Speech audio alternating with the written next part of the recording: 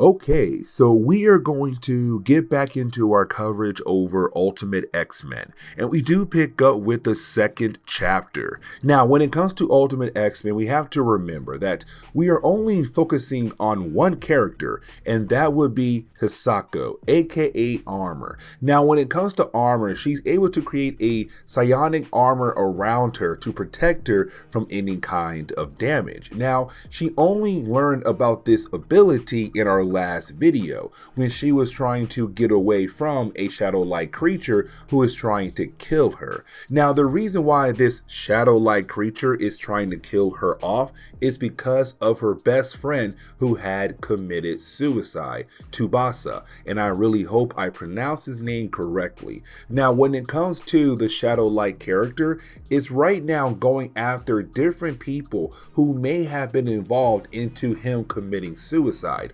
including our hero Armor here. But the problem is Armor has so far been able to survive all the different attacks, unlike the rest of the people who are now being killed off. Now, so far, only one person has been killed off, the coach, but now other people are about to die because of his death. Now, the opening pages for today's story, we do pick up with Armor having a dream. Now, this dream is going to be used in a way of saying there were signs that she could have possibly saw that could have possibly helped her to save her best friend's life. Because in this dream, is her and her best friend skipping school for one day. That's it, one day. Now, for him, it's the greatest day, to the point where he tells her, you know what? We should do this every single day. We should skip school every single day. Now for her, that's wild. That's crazy. Because of her, she's kind of like, no, we can't do that. We are students. We have to go to school. But that was a sign right there that he hated school so much, that he wanted to leave school so badly. But unfortunately, she did not see the sign. And so for her, she now feels like she kind of added on to the bullying that he was going through by not agreeing with him about skipping school. Now, the tail end of this dream, you do have the shadow-like creature watching over her. And when she wakes up, there's some piece of paper inside of her hand. Now, once you have Hisako wake up from her nightmare, you then have her mother ask her, hey, are you going out? On your way back home, can you please stop by the store? And she agrees. But that is going to be the reason where you have Armor being able to meet another girl in the world of Ultimate Marvel.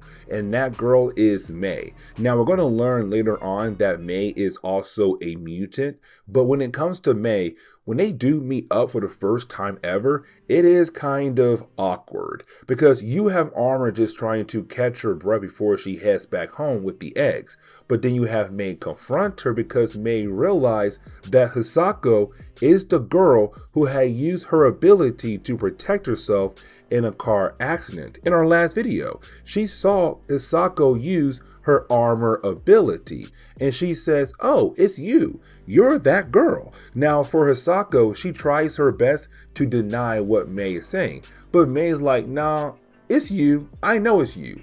Now, while you have the two girls talking to one another, you didn't have Hisako ask May to come with her, because let's not forget, after Hisako had woke up from her dream, there was a piece of paper inside of her hand. Inside that paper, there was a note that was left behind by our shadow-like creature that's telling Hisako, come to the abandoned school. Come to the science lab in the abandoned school. And Hisako does not want to go alone. And so you have May go with her. Now, once you have the ladies arrive at the school, they do walk inside, but we have to remember that May has no idea what exactly is going on here. She has no idea that some shadow-like creature is trying to kill off Hisako. She just flat out agreed to go with Hisako to the school because she looked at Hisako as a hero who was able to use her ability to protect herself in that car accident in our last video. But either way, once you do have the two young ladies walk in, Hisako tells May everything. Now Hisako is kind of worried that May is going to run out, but May is like, no, I want to stay. You're like a hero to me. So I want to stay with you and kind of see where this actually goes. Now, this is where things get a tad bit wild because of the shadow-like creature again. This character, we have no idea who it exactly is. But when it comes to Mei and also Hisako, as they go deeper and deeper into the school, they keep finding weird things left on the ground. Now, while trying to investigate, they're then confronted by a security guard. Now, the school is abandoned, so it's kind of weird to see a security guard being there at the school. But either way, the guard says, hey, you two gotta leave or I'm going to arrest you. But then all three of them start hearing sounds coming from one room. They walk over to that room and they find the shadow-like person again. But then when the young ladies turn around, well, a security guard was also involved in some kind of weird scheme to scare the young ladies because his face turns into a bunch of different critters. But either way, you have Hisako and Mei try their best to get the heck out of there. And this leads into the moment we kind of find out that Mei is a mutant, or at least she has an ability. Now, when it comes to her ability, it seems that she is able to control the wind. That's all we get to see. It's very short and quick, but it's kind of like, okay, she has an ability. So hopefully down the road, we can explore more about her ability. But thanks to her using her powers, the young ladies were able to get the heck out of that building before anything exactly happens to them. Now we jump over to a random character and we have no idea who this character is, but it seems that he was able to see what was happening to Hisako and also Mei in that abandoned school, because when we jump over to him, he's in his room with a bunch of different pictures and notes on the wall, with cores attached to a helmet that he had on his head. And apparently he saw an image of Hisako and he says, I know that face.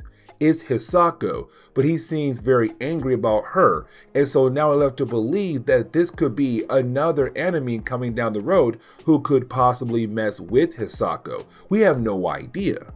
Now we do pick up with Hisako and Mei the following day, and you have Hisako tell us that overnight the police have found 3 dead bodies, 3 young boys who were hung outside their old middle school. Now when it comes to Hisako, she knows that they did not commit suicide at all. Matter of fact, they were killed off by the shadow-like creature.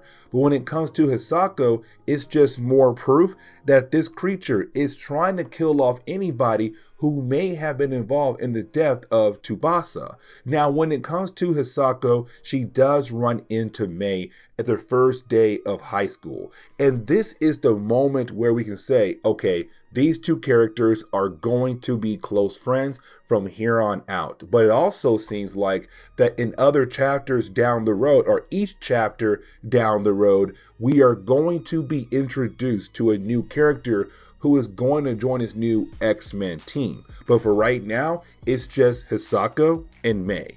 But this is where we are going to end today's comic book video. So please leave me a like down below and also subscribe. But guys, see y'all next time. Later.